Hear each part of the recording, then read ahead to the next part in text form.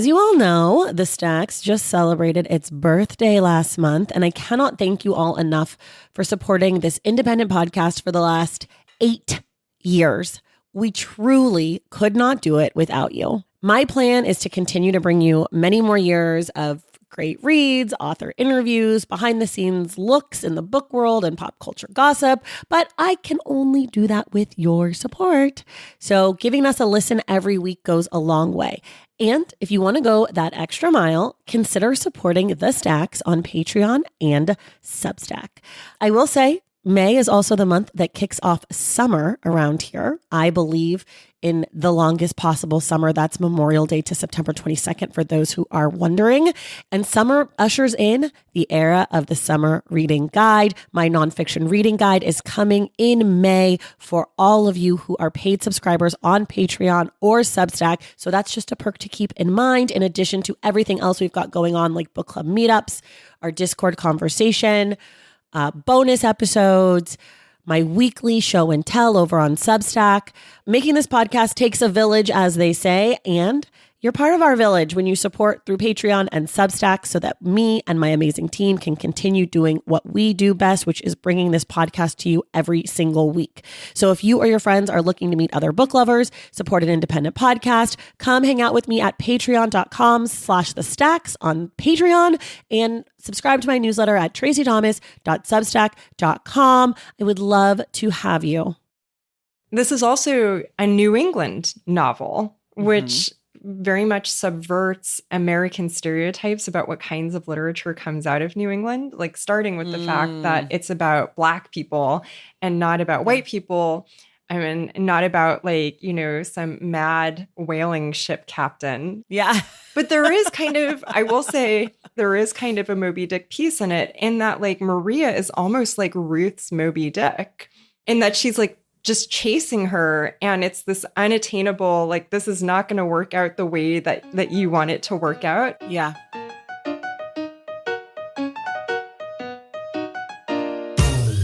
Welcome to The Stacks, a podcast about books and the people who read them. I'm your host, Tracy Thomas, and today is The Stacks Book Club Day. We are joined again by best-selling and award-winning author, theoretical physicist, and cosmologist, Chanda Prescod-Weinstein. We are discussing our May book club pick, Lonely Crowds by Stephanie Wambugu. This book traces the decades-long friendship between Ruth and Maria, whose intense childhood bond is tested in adulthood by the very competitive nature of the New York City art world in the 1990s. Today, Chanda and I chat about the nature of obsession throughout this book, how the use of a first-person narrative enhanced this story, and how we think about success, capitalism, and the world of art. There are spoilers on today's episode, and be sure to listen to the end of the episode to find out what our June book club pick will be. Everything we talk about on each episode of The Stacks is linked in our show notes. If you're a person who loves books and you want to talk about books all the time and think about books all the time and make friends who also love and think about books all the time, check out the Stacks Pack on Patreon and consider subscribing to my newsletter, Unstacked, on Substack. Each platform is going to offer you different perks, but mostly they're great spaces to be in if you want to be talking and thinking and loving on books. It's not complicated. You join either of these places. We have free and paid options. And by joining, you make it possible for me to make this podcast every single week. So head to patreon.com/thestacks for the Stacks Pack and check out my newsletter at tracythomas.substack.com. All right. Now it is time for my conversation with spoilers with Chanda Prescod-Weinstein about Lonely Crowds.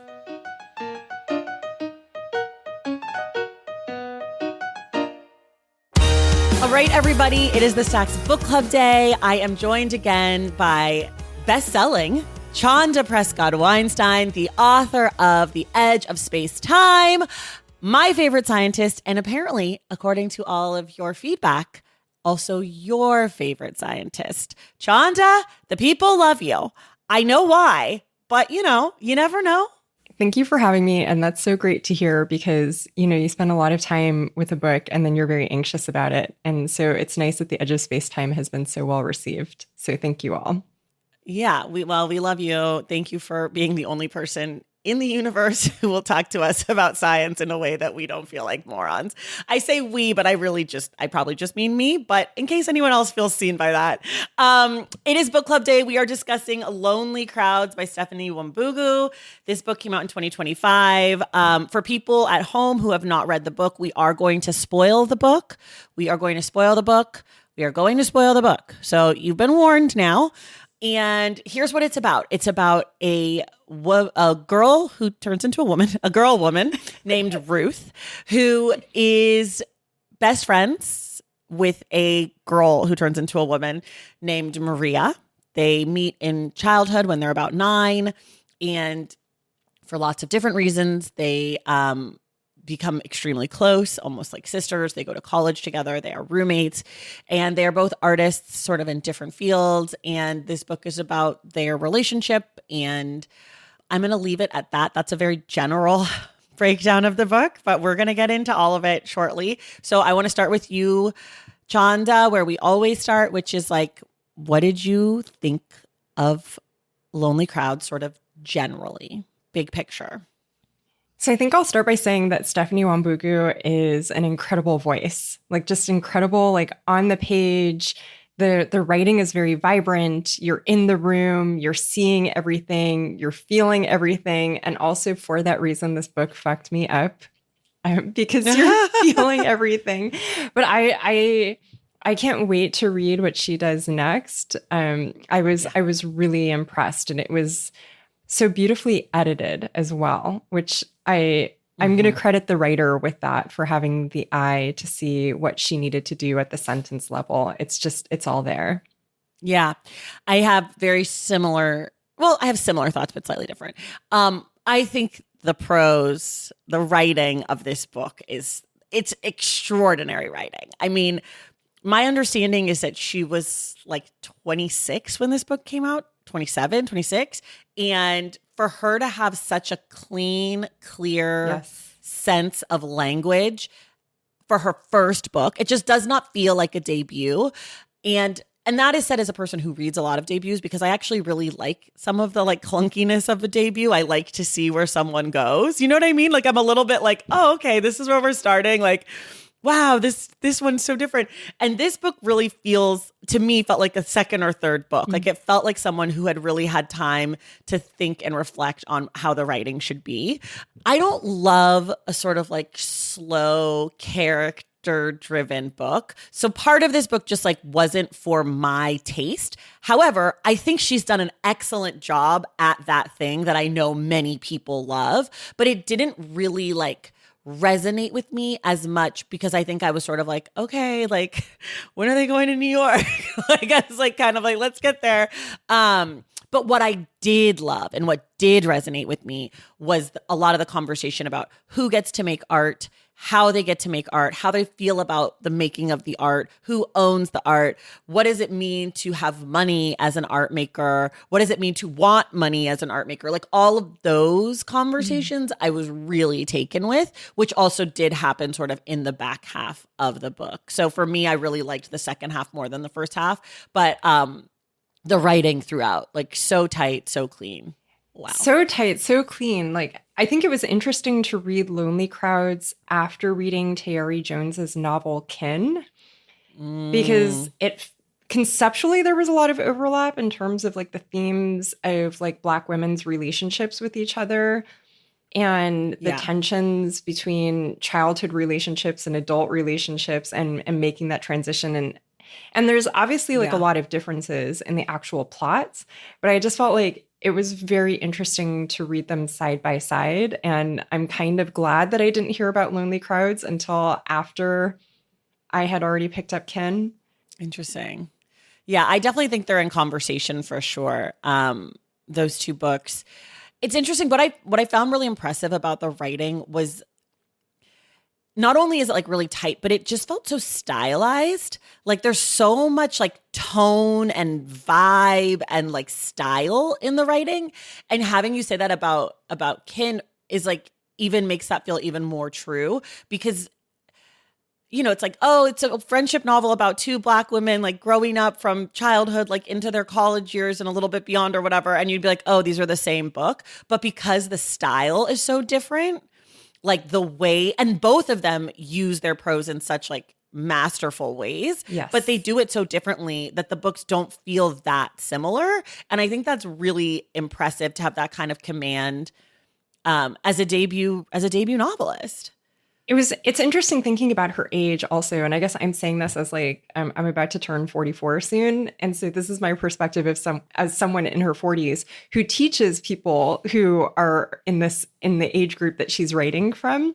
Her understanding of what the 20s are versus later stages in life. I was like, how did you do that? Because when I was in my 20s, I couldn't understand what the next stages look like. Like what? Because you were living in it. I was living in it. But she writes as if she's like a 40-year-old looking back.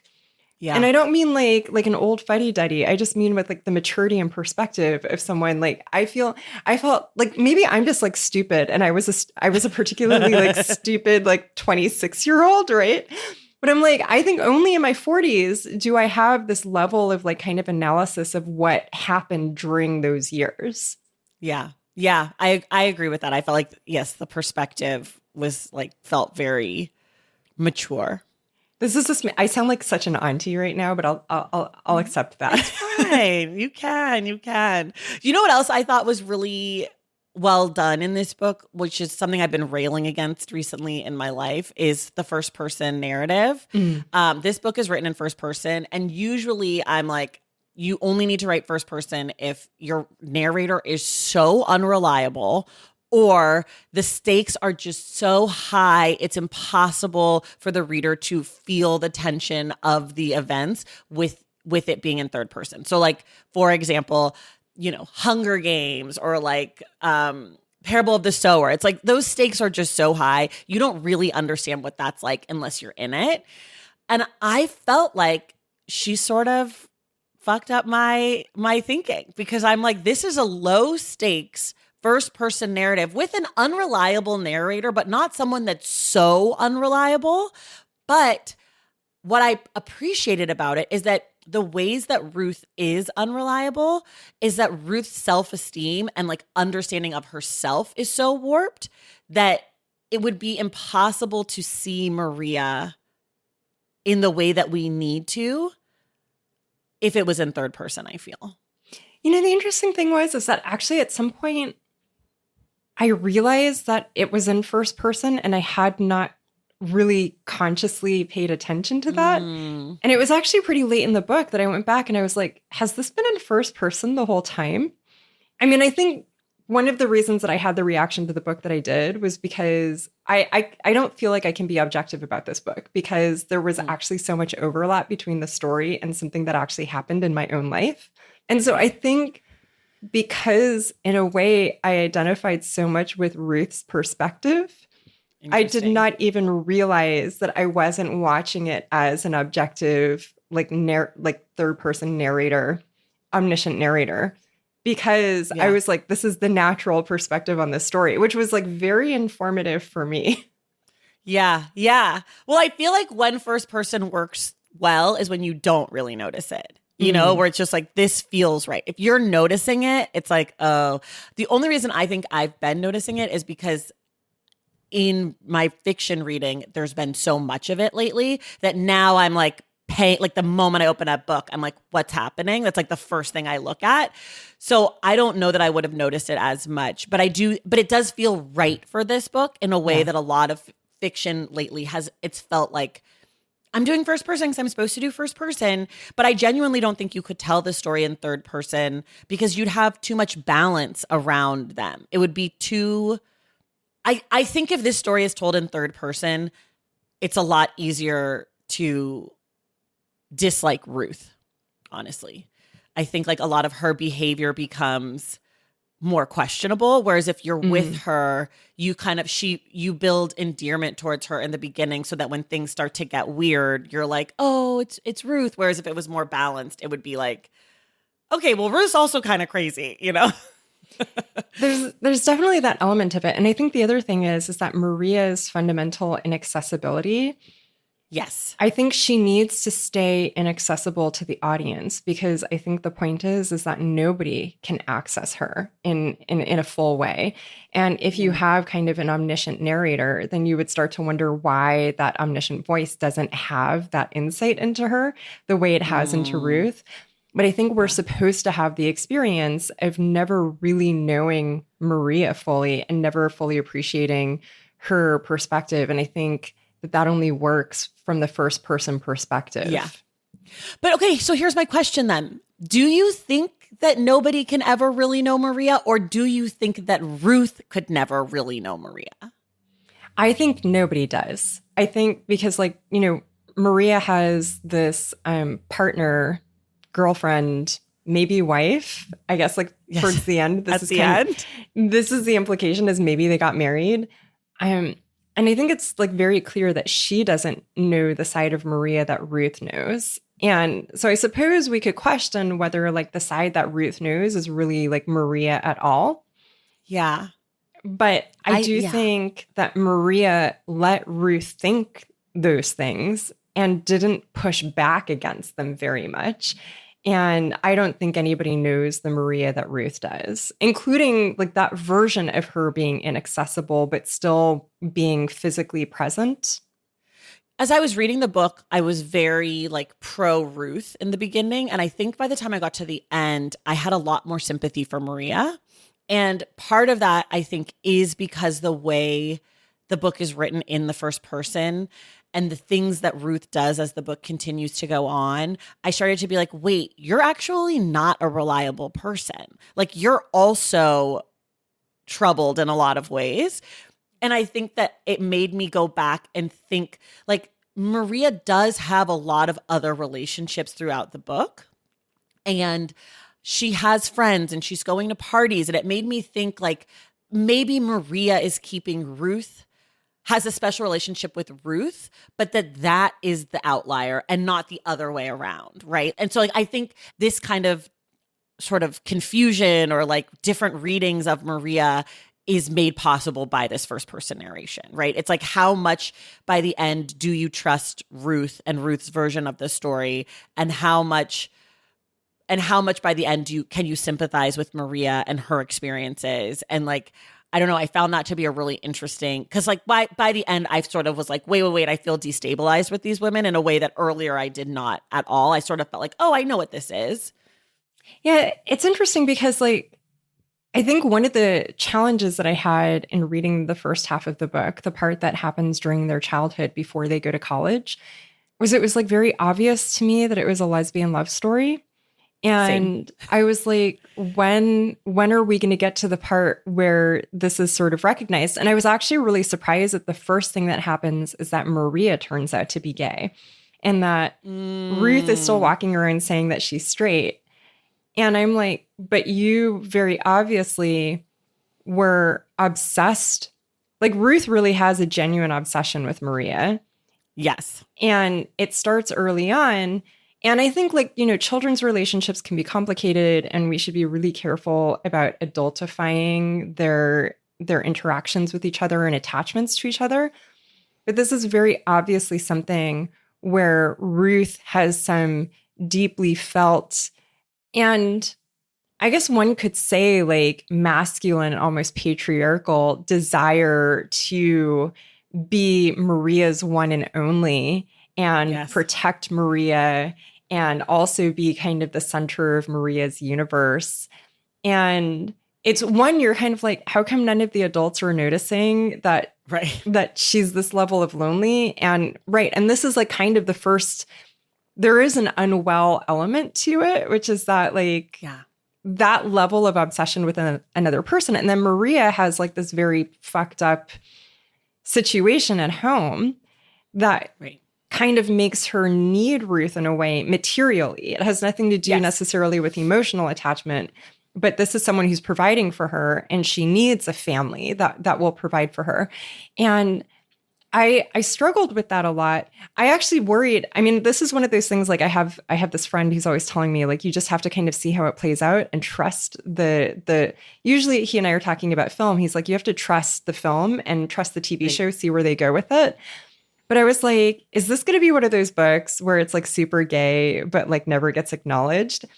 And then actually, very clearly, it's not one of those books, but also the unfolding of that was not how I expected. And that might have to do with, again, like the ways in which like my own kind of friendship with someone who I will call Emily I was kind of a mix of Ruth and Maria in a way, not so extreme, but I was the one who turned out to be queer. And so I was expecting it to be like, well, and then Ruth realized she liked girls. And that like never quite happens in the book. Yeah. Okay, well let's go into the book, because I feel like we've kind of like, I want to get like into the plot a little bit. So first and foremost, the epigraph of this book is, when I think about it, I must say that my education has done me a great harm in some respects. And when I first read that, I was like, oh, it's like, I knew this book, like I knew they went to college, it's gonna be a book about like school.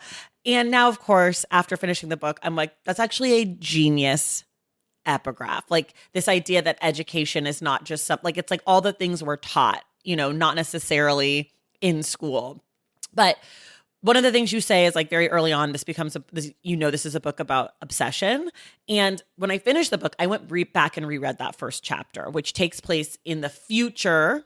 Yes. From where the book ends. So the book, there's this opening chapter. It's Ruth's birthday. She's very frantic. People keep asking her if she's okay. She has an encounter with a colleague at the university. She goes to a gallery opening event for her, and it's her birthday. It's just like, it's like a very kind of like chaotic opening. And I went back and read it. And on page 3, it says, when I met Maria, I learned that without an obsession, life was impossible to live.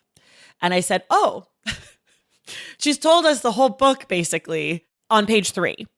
I flagged that when I read it the first time. When I went back in my notes, I had that line on page 3 noted.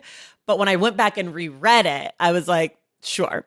And there's other things in that first chapter that I noticed. For example, she talks about her husband, but doesn't name him. But she does name her mentor and his wife Hildy, who come, and she names Maria, obviously. And I thought that was interesting. And then there's this scene with this teacher that she is a fellow professor or teacher who has agreed to do something with. And the teacher's like, just things have been so hard lately. I just like want to kill myself. And they like continue to talk. And then Ruth's like, I have to go. And she's like, are you okay? Did I offend you? And she's like, no, it's fine. She's like, I have to go. She makes up a lie. And then she ends up seeing the teacher again. And the teacher's like, I did offend you, like blah, blah, blah. And that bit of the book, when I first read it, I'm like, what is this? What is this? And then when I got to the end and I went back and read it, I was like, oh, this is also right here for us, which we can come back to when we get to the end, because I want to ask you about that. But so we do this opening scene in the future from where the book ends. And then we go back. She takes like some like antihistamine, goes to sleep. And as she's falling asleep, her whole life plays before her eyes. And we go back in chapter 2 to the beginning where she first lays eyes on Maria. Whew, that's a lot. So can I just say? Yes. So 2 things. I also went back to the first chapter. And from a craft perspective, I will just say that I'm very curious about whether the first chapter actually started as a short story, like whether that was its own self-contained short story. Because it also has a different energy. It feels like its own separate thing. Yes. And when I got to the end, I was like, wait a minute. I have to figure out where we were in the timeline, because Wambugu does a few different interesting things with subverting readers' expectations. Like that epigraph at the beginning is Franz Kafka. And I think like most readers, or maybe I'm just projecting about myself, but most readers, when we think about Kafka, we think about one story. Where there's this kind of like impossibility built into the story of anything like working out well. And I'm sure she has her own relationship. This is from Kafka's diaries, so it's like something completely separate.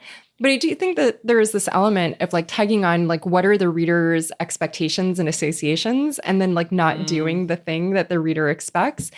And that first chapter and then the move to the second chapter is an example of that. I actually often am very annoyed by starting in the future and then flashback. And so Same. I thought that's what was happening. And I didn't realize that the rest of the book was actually going to be a complete forward timeline that never actually links to the first chapter. Yes. Like there is a break between the end of the book and the first chapter. And that was totally not what I was expected. And I feel like she knew what she was doing there. Yeah, I think that's such a good point. This book, there are so many bits where it's like, oh, I think I know what she's going to do with this piece of information. And then she doesn't do it. And it's thrilling. Like, I think that is what made me like this book, because even if the prose had been as good as they were, without a ton of plot and like having it be such a vibesy book, if it had done what I thought it was going to do, I would have disliked it. It would have been too cutesy for me. Like I would have just been like, okay. But because there was like, she left so many things dangling for us, just like make of this information what you will, which is actually takes me to the next thing I sort of want to talk about. So very quickly, Ruth sees Maria at the store to get uniforms for their new school. She's with an older woman who she does not know who she is at the time, but it's her aunt. And she can't pay for the uniforms. And she's like, can you just like basically give it to me on layaway? Like I'll come back, I'll pay you back, whatever. And he's like, no, and sort of embarrasses them. They leave. And from that moment, Ruth is like taken by this child. I should also say they are two Black girls and they're living in a part of Rhode Island and they are going to a Catholic school that is pretty much all white. It sounds like mostly white. If there are other Black girls, we don't hear about them. Later that day or soon thereafter, Ruth goes to the store for her mom to get milk. She sees Maria in the store. Maria says hi. Ruth freaks out, runs out of the store, loses the money, doesn't get the milk. Big trouble for her. And then they meet at school. In this period, what I want to talk about is Ruth's parents. We get to meet Ruth's parents. Her mom and her dad. Her parents sleep in different rooms. Her dad appears to be perhaps a homosexual. Did you? Yeah,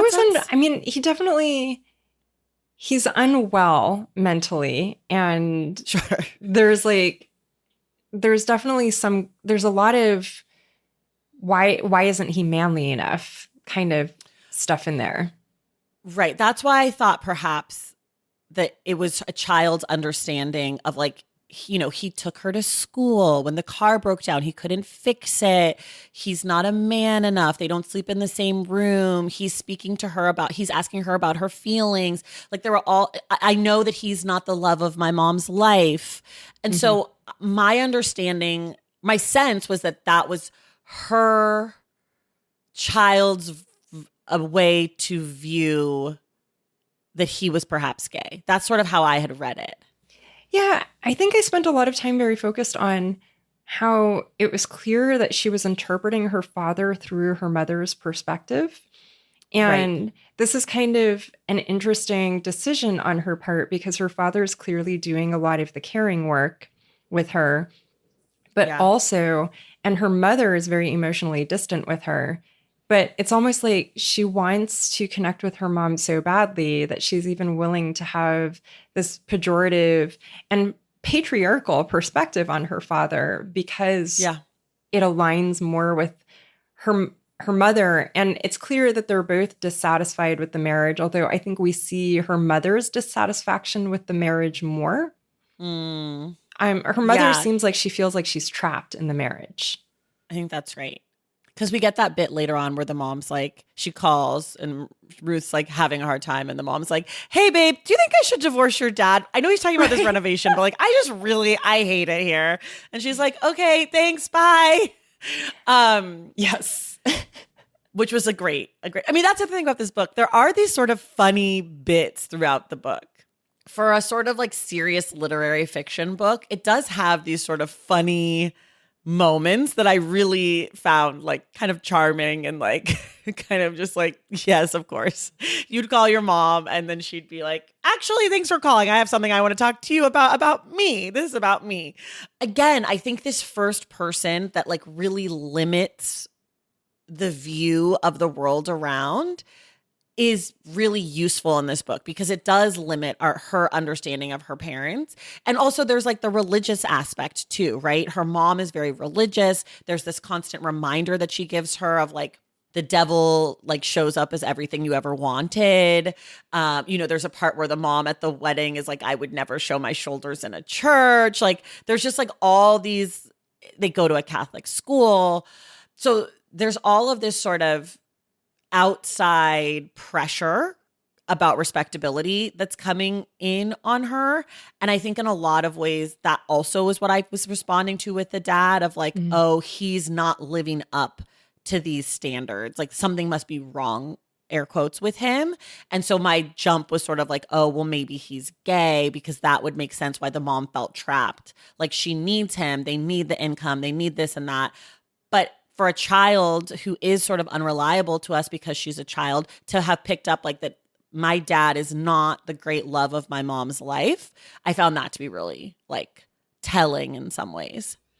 Yeah, I think there are two pieces to this also in relation to both Ruth and Maria, which is that they are both children of immigrants. And this is also a New England novel, which I think very much subverts American stereotypes about what kinds of literature comes out of New England, like starting with the fact that it's about Black people and not about white people. I mean, not about like, some mad whaling ship captain. So it's, but there is kind of, I will say, because I'm a Moby Dick fanatic, I will say there is kind of a Moby Dick piece in it, in that like Maria is almost like Ruth's Moby Dick. Sure. In that she's like just chasing her, and it's this unattainable, like this is not going to work out the way that you want it to work out. But I think that that's like a feature of the parents' relationship, that there's the immigrant experience adds a layer of pressure to those kinds of partnerships, that divorce takes on a different meaning if you're both poor immigrants trying to make it and you have a child to support. That's a very different experience than like if you're a feeling totally secure citizen who was born in the community and feels like you're part of the community. And Maria has a different version of it, but I thought about that a lot, that they may have, had they been American born and raised, that they might have divorced, but because of the economic pressures on immigrants in a particular way, that they don't feel like they can. Is it said whether Ruth's dad is an immigrant? Oh, I guess that's a good point. Maybe I can't remember. It might have been said. We know that Ruth's mom is from Kenya because they go back to Kenya when her sister-in-law kills herself. And we know that both of Maria's parents and the aunt are from Panama because the dad tells us that he's from Panama when we meet him later in the book also. But I don't know if it was said or if not. That's a good question. Even still, like for the mom, she's so far away from everyone that she would know too. Like what community do you have? She works, with elderly people who are constantly dying, right? She like is a hospice nurse. So it's not even like she has like a work community that's reliable for her either. Her parents don't have friends. Yeah. And so like Ruth not having friends in a way is almost like family culture. If they don't know how to have, and they're not even friends with each other within the family. Like none of them know how to have friends. And in this sense, like Ruth is kind of breaking out of the mold by trying to have this friendship with Maria, even though it's like a very unhealthy one. Right. But she's trying. And to this point, like it's very clear that Maria understands the importance of community from a very early age, because even though her mother has killed herself and her father has gone off, she's raised by the aunt. And when the aunt has the episode where she floods the apartment and Ruth's like, we need to call my parents, we need to call the police, whatever. And Maria says to her, no, because they will then take me away from her and she's better off with me than she is alone. Yes. So there is this understanding from Maria that like, you need people. We need people. We need our people, even if they're imperfect, that like you show up for people. And that seems to be like very important to her. The people who do things for her, she is beholden to in some way. Maybe not in the way that they want with Sheila or Ruth later down the line, but that like she does feel an obligation to people. Yeah.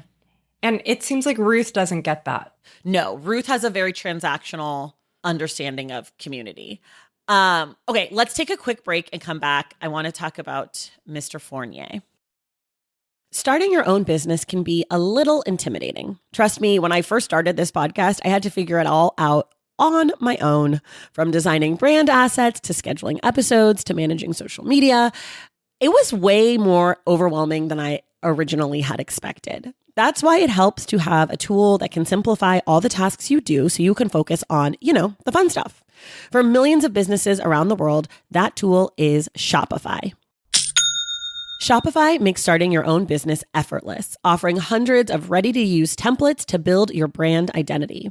AI tools help you to write copy and enhance images, built-in marketing tools to create bespoke email and social media campaigns, and so much more. The best part is you can manage all your tasks in one place, making your life easier and your business operations way smoother. No need for multiple websites and platforms. Shopify does it all. Start your business today with the industry's best business partner, Shopify, and start hearing. Sign up for your $1 per month trial today at shopify.com/thestacks. Go to shopify.com/thestacks. That's shopify.com/thestacks. Here on The Stacks, I have talked to countless debut authors who spend years of dreaming of the day they will finally see their books out in the world. Some of them have even told stories about envisioning where they would see their books on bookshelves in the bookstore when it finally comes out. They had the ideas, they wrote the words. All that was left was finding a publisher to bring their stories to life.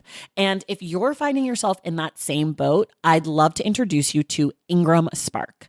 Ingram Spark is an award-winning publishing platform that provides everything you need to successfully self-publish your book. It costs nothing to sign up and upload your book. And with free publishing tools and resources, you can focus on what you do best, which is, of course, writing your story, while Ingram Spark makes it possible to share that story with the world. When you self-publish with Ingram Spark, you are automatically plugged into one of the publishing industry's largest global book distribution network, giving you access to over 45,000 retailers, including independent bookstores and libraries. Ready to bring your story to life? Get 15% off your first order of 15 or more books using code STACKS15. This offer expires at the end of the year, so get started today. Imagine if edibles just made you feel good instead of too high. Consistent, mellow, and super delicious, Lumi gummies are specifically designed to make you feel good, not stoned. Whether you're looking for an end-of-day de-stressor, a midday mood boost, or help getting the best sleep ever, Lumi Gummies has a strain that is right for you. Between hosting a podcast, taking care of the mini stacks, juggling book events, and having a social life, it's hard to find moments of true relaxation. Even when I'm winding down in the evening, it can feel impossible to release the stress and tension of the day. Luckily, you can use Lumi gummies to attain that full body relaxation. Just pop in a gummy and let the stress melt away. 1 hour later, you'll be knocked out. Best sleep ever. Lumi gummies are available nationwide. Go to lumigummies.com, that's L-U-M-I gummies.com, and use code THESTACKS for 30% off your order. Again, that's L-U-M-I gummies.com, code THESTACKS. lumigummies.com, code THESTACKS. Okay, we're back. The girls are in their it sounds like they started in third grade at this school. They started in third grade. They were 9-ish, but it takes them all the way through graduation. So I don't know if they came into the school late, if it's like one of those weird schools that starts in third grade. I don't fucking know. But they started this school at that age. It's a white school. It's called Our Lady Catholic. And there's like a music choir theater teacher, Mr. Fournier, who has a very upsetting, uncomfortable, undefined relationship with Maria. He is one of the people who is close to Maria. He gives her jewelry. He and his wife bring her and her aunt groceries. What did you make of this? So I definitely, again, this is one of those subversion. I thought we were definitely going in the direction if this guy is clearly a pedophile who has become sexually attached to Maria and has maybe acted on it in some way. And involving his wife as a caretaker, as like a charity caretaker would be a really good cover for like, oh, wife, this is the student I pay extra attention to because she's very much in need.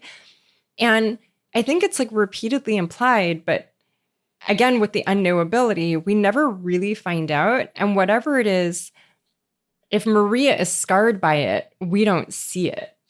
Right. And there is kind of, so Mr. Fournier, I was also trying to figure out in what way was the fact that he is a Quebecer relevant? Because he's a French Canadian. And we get told this at least once, maybe twice. Yeah. And it's almost like maybe part of the confusion for Ruth is he different because he's off, or is he different because he's foreign? Which is like a weird thing for her to be thinking about. Is this a cultural thing, or is this a abuse thing? Right. Is it a cultural thing, or is it an abuse thing? But also kind of odd, given that they are children of immigrants, to maybe be skeptical of another immigrant in this way. Right. But also, to be fair, like, I don't think she's ever seen a man take interest in a child in that sort of way. Like, her dad is caring, but like also sort of distant, like we talked about. So maybe like, I don't know. I mean, I thought for sure we were getting he's an abuser, but you're right. We don't ever see the impact of that relationship. However, again, we have this such a limited perspective, right? Like, by the time we get to the end of the book, we discover that Ruth is pretty, for all the things that Maria is, which is like selfish, oblivious, manipulative, narcissistic, all of these things, Ruth is equally those things in a more palatable version of those things, right? Like a more acceptable version of those things for women to be. And I'm using acceptable sort of in air quotes, I guess. She's quieter, like, right? She's quieter. She's more understated, but she is doing all of the same types of things just in her own way. So I'm wondering if like the reason we don't see the impact of the abuse is because she's not worried about that. She's just worried that Maria's back home, that Maria's paying attention to her. And like she only really thinks about Mr. Fournier when when he's an impediment to her being with Maria. So actually, now that you say that, it occurs to me that this is actually a good argument for why Ruth doesn't have kind of this moment of like, oh, I'm gay or bisexual or queer or pansexual, whatever version it is, because there is a way in which she never lets herself fully care for Maria because she's concerned about the appearance of, is Maria doing things that are right and wrong, right? Like, should she be drinking? Should she be doing those drugs? Should she be hanging out with that RISD student and buying drugs off of her or whatever? But it's true that we never really see Ruth internalize, is Maria being harmed by this person? Beyond, does that impact, am I going to get in trouble? And am I no longer the epicenter of Maria's universe? Right. I need to be the epicenter of Maria's. And that's I don't want to say that that's not a version. That is a way that love between people happens because people are often unhealthy in how they love. Yes. Right? Yes. But there is an element that she's never able to look at Maria's life as Maria's life without reference to what does this mean for Ruth's life and Ruth's relationship with Maria. And I think at the high school level, you can almost excuse this because there is kind of this running thread of there are things that they don't know. They're very naive because they've gone to this Catholic school and have been kind of sheltered in a way. But she does say repeatedly, there are rumors about Mr. Fournier, which means that, like, what are those rumors? She never actually says, she doesn't dwell on, she doesn't sit there with the reader and say, like, I thought about what those rumors might be. Right. Yeah. It's a really interesting way to, I mean, this to me is what makes this book so good. It's like, there's all of these just like things in the air, just things in the air. And like, there's so many parallel relationships in the book. Like I kept writing down things as I took notes. Like I wrote down like relationships modeled to Ruth because I was thinking about the epigraph of like this education. It's like, okay, Ruth's parents, Sheila and Maria, Mr. Fournier and Maria, Hildy and Moser, like these like really fucked up sort of relationships. And then, this other question that comes up with Mr. Fournier and comes up with Maria and Ruth, Maria and Mr. Fournier, Maria and Sheila, Hildy and Moser, Ed and Ruth, James to some extent, is like, are you entitled to things because of your generosity? Are people beholden to you forever because you were generous with them? Can you ever be your own person if someone has ever helped you, right? Because that is sort of the thing that happens with Maria is everyone is like, well, I want a piece of her. I want a piece of this because I did this thing and I did this thing. But we also see this with so many of these other relationships throughout the book. And I don't know. I kept thinking about this because to me, it's one of the central issues of the book is like, how can you create in a world where we don't value art monetarily if you don't have money going in, right? Like, how can you be the thing that you want to be? How can you realize your dreams if there's no money in it and we live in a capitalist society, right? Like there's a part where Ruth says her paintings were looking at her like, you just want to make money and they're not wrong. And I'm like, yeah, but why is that any different than anyone else's job? Why should making art be different? Yeah, this actually made me think about that meltdown that happened on social media last month because Veronica Roth announced that she was returning to the Divergent universe. And, Veronica is like a wildly successful author financially. Yeah. And I don't know her money like that, but I think can kind of do what she wants, right? And so is making the decision to go back to the Divergent universe. And a bunch of people were like, this is a money grab. And John Scalzi jumped on and was like, when I write a book, it's a money grab because like I'm literally trying to make a living as a writer. It's my job. It's my job. It's my job. And he was also saying, I write all these books and nobody ever accuses me of being a money grubber because I'm writing these books. And so he was also pointing out kind of the gender dynamic around this. But I think the interesting thing about Ruth and her relationship to her art is that we never have a moment in the book where Ruth is like, I like doing art. I've realized that this is what I want to be and who I want to be. We have one moment of that when Maria is missing. And they can't find her that night. And she has the talk about trauma with her dad. And the mom calls Mr. Fournier and he's like, she's not here. And then Ruth later goes in her room and she draws the picture of Maria as a missing person on the milk carton. And she says, like, for the first time, like time stopped for me. It was all I wanted to do. Or like something like that. She talks about this feeling of the feeling of the creating of the art being something that was like fulfilling to her. I guess like for me, that wasn't enough of a statement if this is what I should do with my life, given the life that that unfortunately society has set it up such that you're signing up for this life when you become an artist. I agree with you. I agree with you that we don't get enough of it, but there is that one glimmer of it. I think my interpretation is like she likes painting, but also she like wants to do whatever Maria's doing. Well, so I think the thing that I was very conscious of, what I was going to say is that Maria is the one who tells her, you're going to be an artist and we're going to go to Bard and do art at the same time. And for me, that is the governing principle in her decision to become an artist. It's not because she ever has this moment where she's like, yes, I should major in art because this is like a sensible thing for me to do spiritually. We see that she likes to draw and that she just kind of does it when she's left to her own devices. And so we see that that potential is there.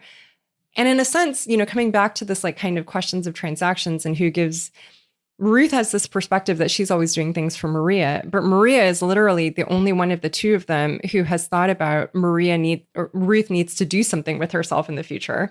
And I have figured out something that Ruth can do with herself and will probably be successful at doing, which is how, like at the end of the day, even though Maria is maybe the more highly sought after artist at the beginning, Ruth is the one who actually makes it as an artist. And I think you can argue that Maria was prescient enough to see that for what it was.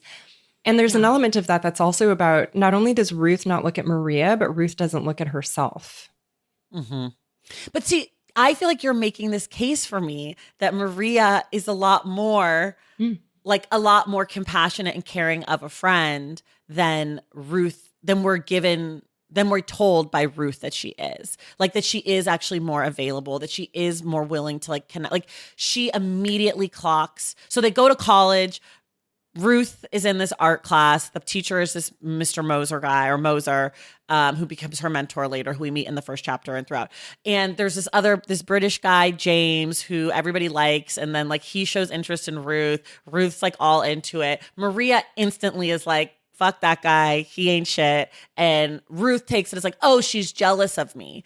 And maybe she is. But also, she does clock this scammer dude, right? And like later, after he steals her money, goes back to England, tells her he's going to kill himself, deletes his email, blah, blah, blah. He starts sending her letters in New York. And we find out towards the end of the book that Maria has kept the letters from Ruth to protect Ruth from like making a stupid mistake and like not going out to be her own person. She's like, you needed to be your own person. You needed to do your own thing. The same thing happens with Ed. She clocks Ed. This one feels slightly more like jealousy or controlling, but even still that she is somewhat thinking about Ruth in a way that Ruth is not maybe thinking about herself, because it's hard to think about yourself when you're inside a thing like that, but also in a way that Ruth does not seem to be thinking about Maria and Maria's well-being. The withholding of the letters, I thought that was like, that comes from a beautiful place and was also a very fucked up thing to do. It's so fucked up. It's both of those things. And it's very in your 20s, right? It's very, I'm 22. Right. And I think there is a way in which the ways in which they love each other is not legible to either of them. Like, because it's almost like when they have different love languages, like if we're going to be corny and say like they have different love languages, and also they don't know how to read each other's love languages. And both of them come from the perspective of I know what the other one needs. And so I'm going to try and make those choices. And I think Maria is a lot more cognizant of this dynamic than Ruth is. Mm-hmm. Maria understands that that's what Ruth is trying to do. And that's one of the reasons that she tolerates it when Ruth is annoying to her, is because she understands Ruth's intention. And all Ruth can interpret things through is the perspective of, I don't feel loved in the way that I wanted to be loved. It's because she's withholding love from me. Yes, like it's a punishment. Right. Or like intentional. Which I think comes back to her family dynamic. I think a lot of that has to do with her mother and her father, and like the fact that like none of them know how to relate in a healthy way. I will say the part where Maria is like, don't go, let's both leave our spouses, and also let's get a hotel together, but also we're not going to have sex, but we are going to sleep together and make this plan to break up. I just thought, I mean, obviously, you know, as the reader, this is a tragedy. This is like, there's no way this is working. The moment she calls and says, come to my apartment, I said, don't go. I know. You know, it's a tragedy. Don't do it. I will say that I don't think that Maria should have died for it, right? But I do think that what she did there was pretty atrocious and is almost like deeply fucked. All of the bad things that Ruth had done over the years of not being concerned with Maria's actual material well-being in the ways that she should have been are all, it's kind of like a retribution that's all balled up into one thing, which was like, and it's almost like I didn't love you back because like I couldn't trust the love that you were giving me. And now I'm going to give you what that feels like all in one big god awful, like. Right. I mean, that was a very difficult section to read. Like that part of the book, I was just like, this is just, it's like you said, you just know it's a tragedy. You just know it's not good. Though I wasn't sure how, I didn't know that it was the kind of tragedy that it was. I don't think, even though she says like she longs for Maria in the beginning, I just assumed that they had had a falling out. I didn't know that she was going to be dead. And that we wouldn't know how, like, the decision to not tell us exactly, like, I mean, happened. I think we're supposed to assume that it was probably suicide. Did you interpret it differently? That's how I assumed. That's what I thought at the end when I went back to the first chapter, and the way that she started acting weird when the other woman said suicide. Because there are a lot of suicides throughout the book, right? Yes. It's like Maria's mother, then the mother-in-law, James sort of pretends like he's going to kill himself. Like, it comes up a lot. Yeah. So that was my assumption. Especially after she goes to the bar and the man's like, well, just tell them how you feel or whatever. And it sort of felt like it was like an unrequited love suicide situation, but also that, like, you know, Maria also is extremely troubled, and she does have this like trauma from an early age. And like, there is so much that there's also a world that it was not about Ruth at all, right? Like, there is a world where just like life got too hard for her, and maybe, you know, Ruth is a part of it, but like there was a lot going on for her, and like, you know, the drugs and the alcohol and like the whole, like, it just was like and you know, like, there's poor. so many factors, and she's poor and she's reliant on this other person. Yeah. Even when they're like making a plan to escape, it's like, where will we go? Oh, well, Sheila's like aunt and uncle have this house. Like, wait, what? But wait, before we get, I mean, we kind of went to the end, but I do want to talk about a few other scenes. One of which is that earlier in the book, after the stuff with James, Maria comes over to Ruth, takes her to like a river or a lake. They hook up, at which point Ruth has a blood clot situation with her pregnancy that she doesn't know about. And so again, to me, that also is a similar, like, they finally have this moment and then like this horrible thing happened. And so I thought that was interesting too. Like this like punishment again. It feels in some ways like a punishment for them, like finally connecting. I mean, this is like very much, I am very Jewish and very much not Catholic, but it does feel like there is some kind of Catholic thread there about like when she's finally going to have, like, the love is going to be requited between Ruth and Maria. Yeah. And then Ruth is punished by this, like, what read to me, I actually thought it was going to be an ectopic pregnancy kind of situation. I thought so too, or like a miscarriage or something. Right. And that their like intercourse is literally interrupted by this product of her prior sexual liaison with a man, which also I think that there's like kind of a question there of like whether introducing men as sexual partners into Ruth's life is an impurity in Ruth's life, and that this is kind of the manifestation of that. That as long as she envisions herself as someone who has relationships, sexual relationships with men, that she will never be able to have the sexual relationship that actually deep down, it's very obvious that she actually wants. And you pair this also with there's that scene at the party where Ruth is like, no, Maria's gay, I'm straight. And you're like, the lady doth protest too much. Like, well, someone's like, yeah, give it 5 years. Someone's like, yeah, give it a few years. Right. Like, give it a few years. And I think that moment is kind of, I actually think that Ruth is not, I don't think she's bisexual. I don't think that she's definitely not straight, but I don't think she's bisexual. I think that she is gay and not dealing with it because she puts all of her gayness onto Maria. Like, I'm a Maria. She thinks she's a Maria sexual. I think that's but we hear, like, when she hooks up with Hildy, she's like, I got my first orgasm. Right. And her and James only had sex the one time. And she talks about having sex with Ed. And like later on, it's like, I went to therapy and I finally like having sex with Ed. And it's like, but when you hook up with Hildy and when you hook up with Maria, it's like fireworks. You didn't need therapy to enjoy sex with a woman. Right. And Ed, who we've not talked about at all, but Ed is a guy she meets at this party.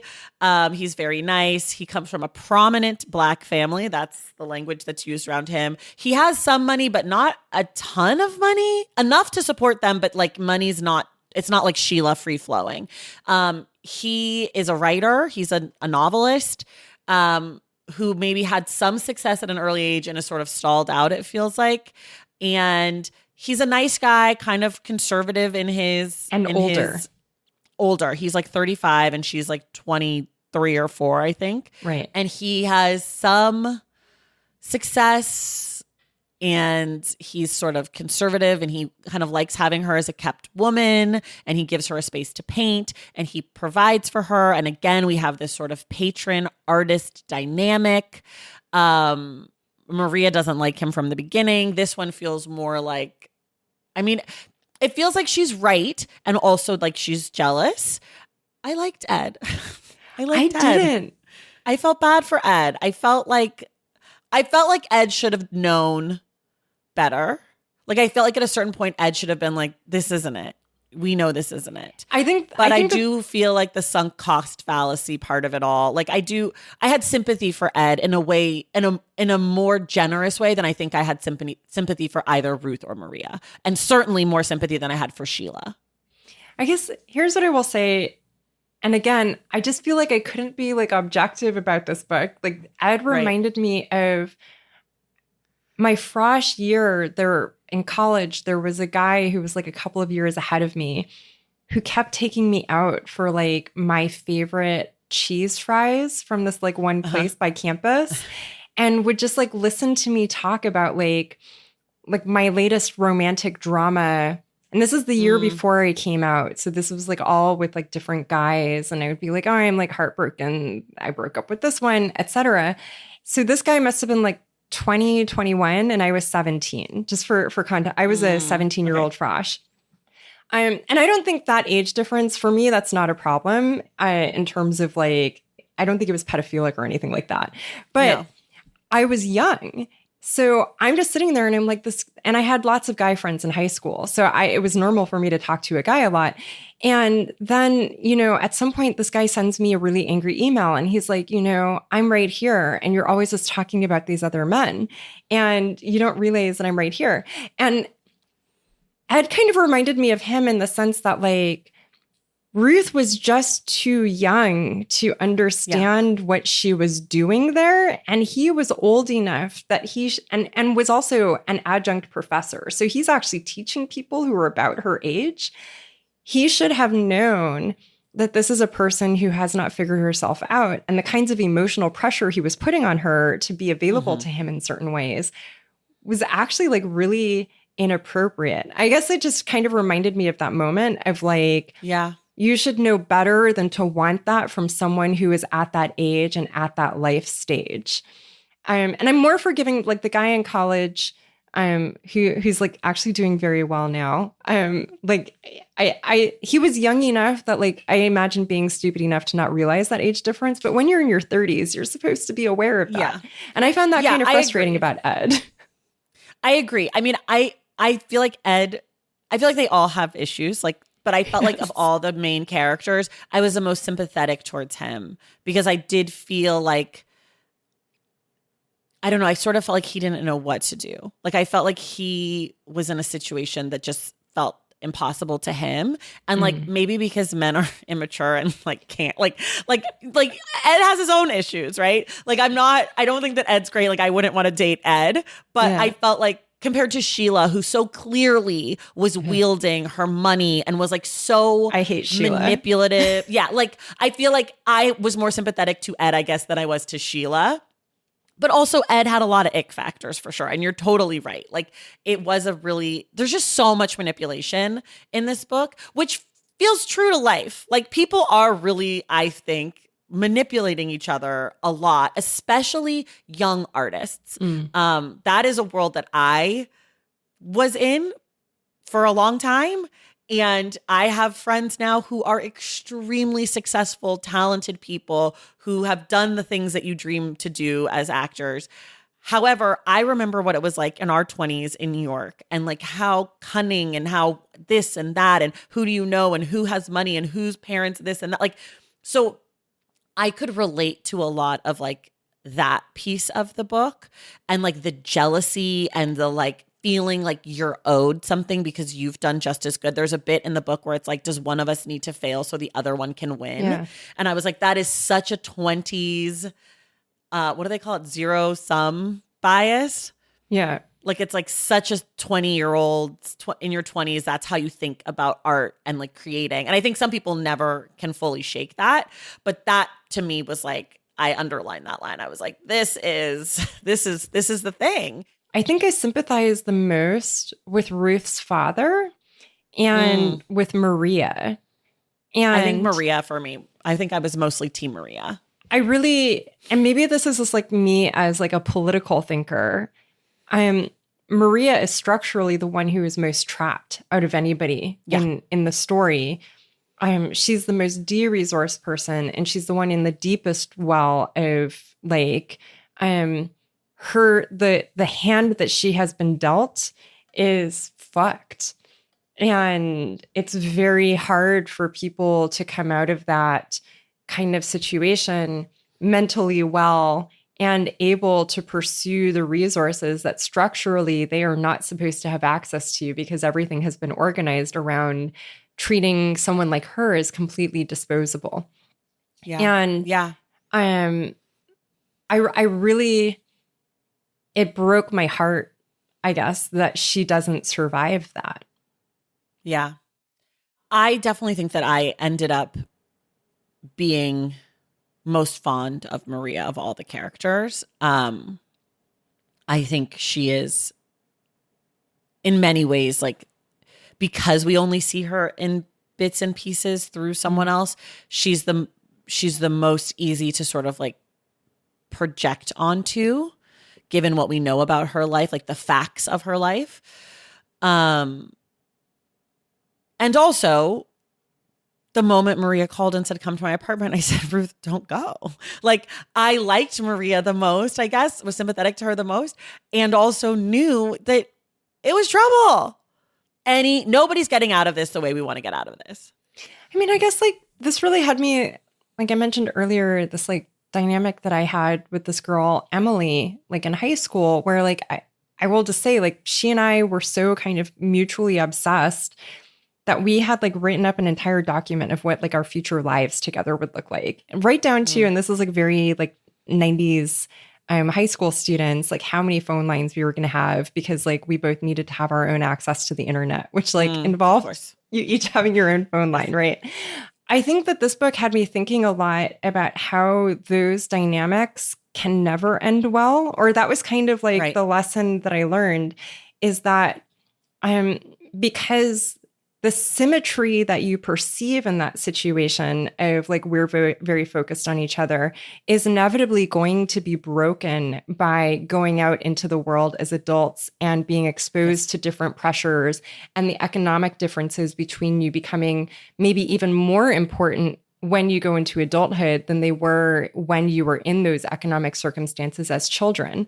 And I think for me, I guess if I was thinking about lessons I took away from this book, in a way it was like useful for me to see that there was no way that we were ever going to be able to sustain that, and that that actually that isn't what we should like be looking for in our relationships. Right. And I thought that was a really beautiful meditation, but I really do think I am undecided. As beautiful as I thought this book was, and the writing was like masterful. Stick her in an MFA program. She can teach all the students how to do a sentence. I don't know what I think about the decision to kill Maria at the end. It felt a little bit like a trope. I will say that was like the one thing in the book where I was like, you didn't have to do that, and the book would have been fine. I don't know. Right. I think the only reason it worked is because there wasn't anything after. Like, if we had then gotten a scene where she goes to the hospital and like says her goodbye, like I would have been like, get me out of here. But we do kind of get an after, because you do have to go back and read. I think you're almost supposed to read the first chapter again. But I don't think we get an after in the sense of like, then I packed my bags and got on the train and I saw Sheila, and Sheila was so heartbroken. Like, like we didn't get an answer of what happened. And so I feel like that allowed it to work. Though for me personally, as I mentioned, I did not have the like emotional connection to this book. This was much more of like a cerebral exercise for me. So when I got to the end, I said, oh yeah, sure.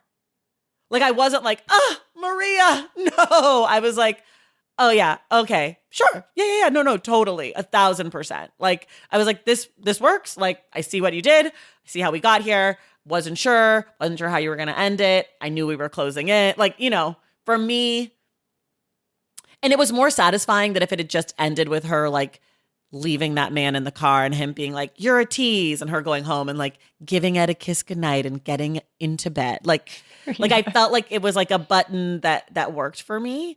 I have a really small question. After the hotel scene, she goes back home. Ed is furious. He's like, you stink. I'm going to my mom's. When I come back, you better fucking be here. Otherwise it's over. She is not there. She's at the hotel waiting for Maria, who's a no-show.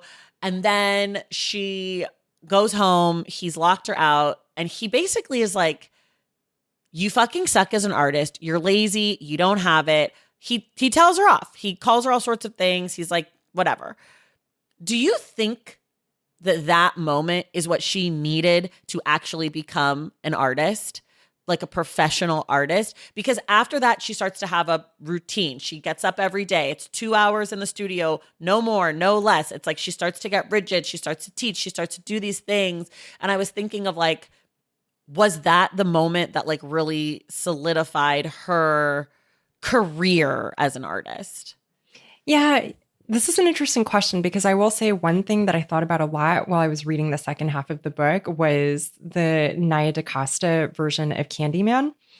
And I don't know what any of that means. Oh, okay. So like kind of at the center of the and this isn't a spoiler, this is kind of like the headline. At the center of the story is this Black man who's an artist, and there is kind of this like same narrative around the first chapter in particular, the relationship with the gallerist and kind of like the sort of racist art buyers that you have to kind of deal with in that environment. And in Candyman, this becomes like he develops this like unhealthy relationship with the Candyman story from the original movie. And it's actually a really beautiful and not like jump scary movie. Like I would actually say I would recommend people watch it in tandem with Lonely Crowds. I would say it's a beautifully shot film. And it's just too bad that when it came out, people were still kind of in shutdown mode and a lot of people didn't go see the movie. But I thought about that a lot, about the way that being a professional and a professionally successful artist in that environment involves playing a game in a particular way. And what's kind of like the Candyman film is about you accept white supremacy and smiling to these condescending white supremacist fuckface art buyers. And kind of what Ed is yelling at Ruth in that moment is that like, you have to grow up. Like which first of all, Ed should be like, if I'm telling my wife, who's like much younger than me, that she has to grow up, maybe I should be yelling at myself about my choices, but setting that aside. And I do think that is the moment where she decides, okay, I am not spiritually connected with this in the healthy way that I would want an artist like me, Chanda, that I would want an artist to be. But she's like, okay, I can play this game. I know how to play games. And then she does it. And that's what we see in the first chapter, is that she knows how to go through the motions. You go to dinner with your husband's friends who you don't really care for. But now this is like what you do when you are a successful New York artist, and she plays the part. Yeah. I think that's right. Okay, we're like so totally out of time, but quickly, I want to talk about the title and the cover. First of all, who is on the cover in your mind? Is it Ruth or is it Maria? It's Ruth's mother. That's Ruth's mother. That's kind of like, I think that's just like who spiritually in my head. I mean, I think that you think Ruth's mother smokes cigarettes? She's the one that yes, I totally envision Ruth's mom having the secret vice that like the rest of the family doesn't know about, as kind of like nicotine as a coping mechanism.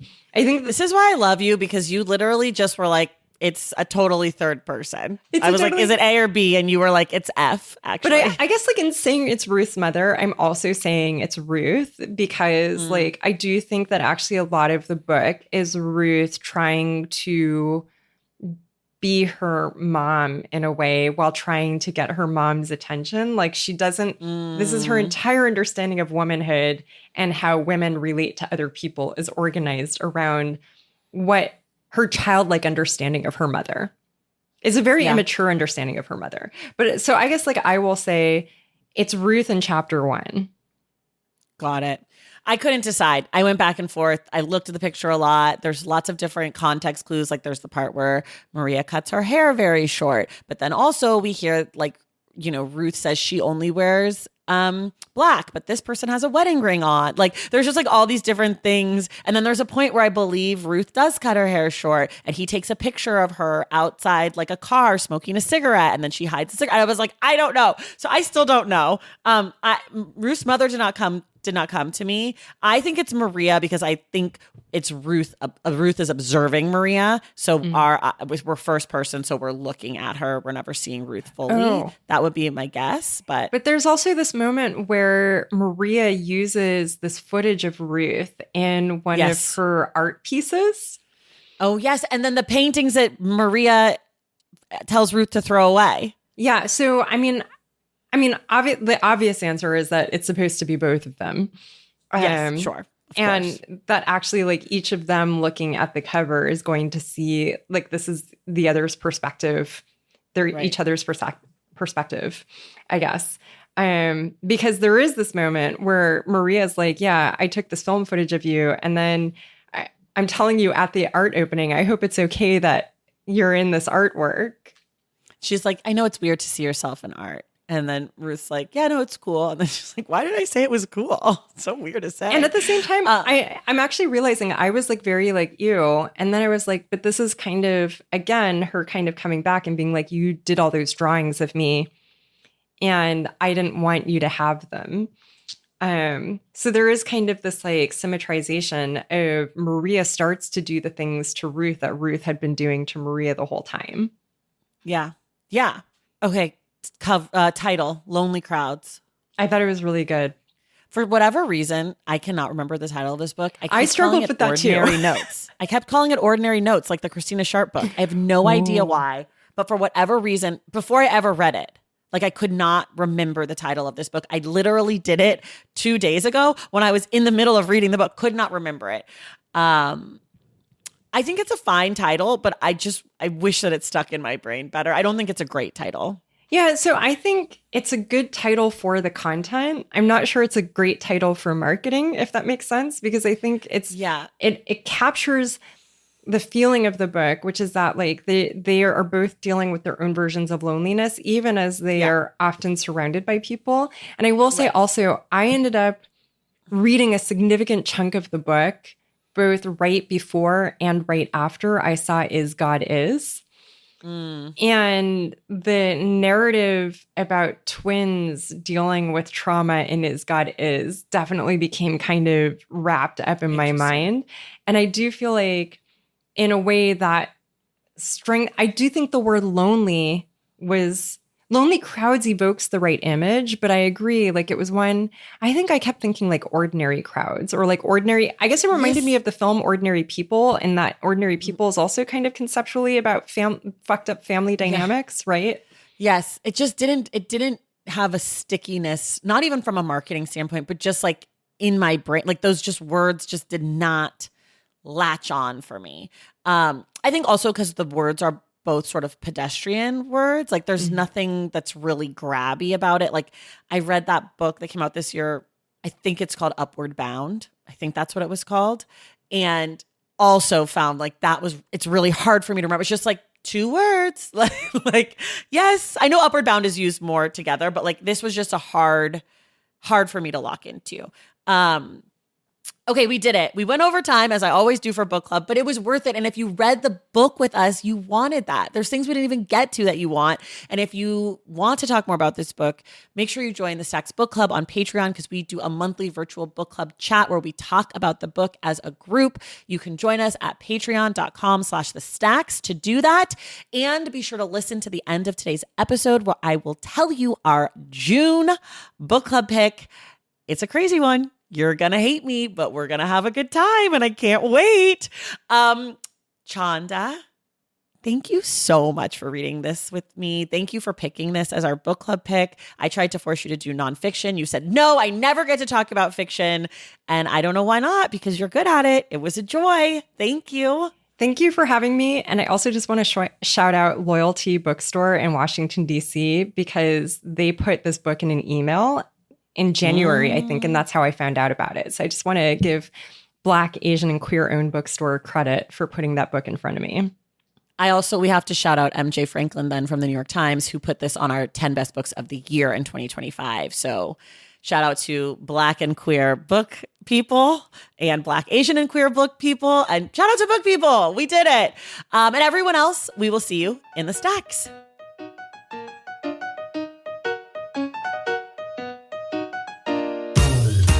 All right, y'all. That does it for us today. Thank you so much for listening. And thank you again to Chanda Prescod-Weinstein for joining the show.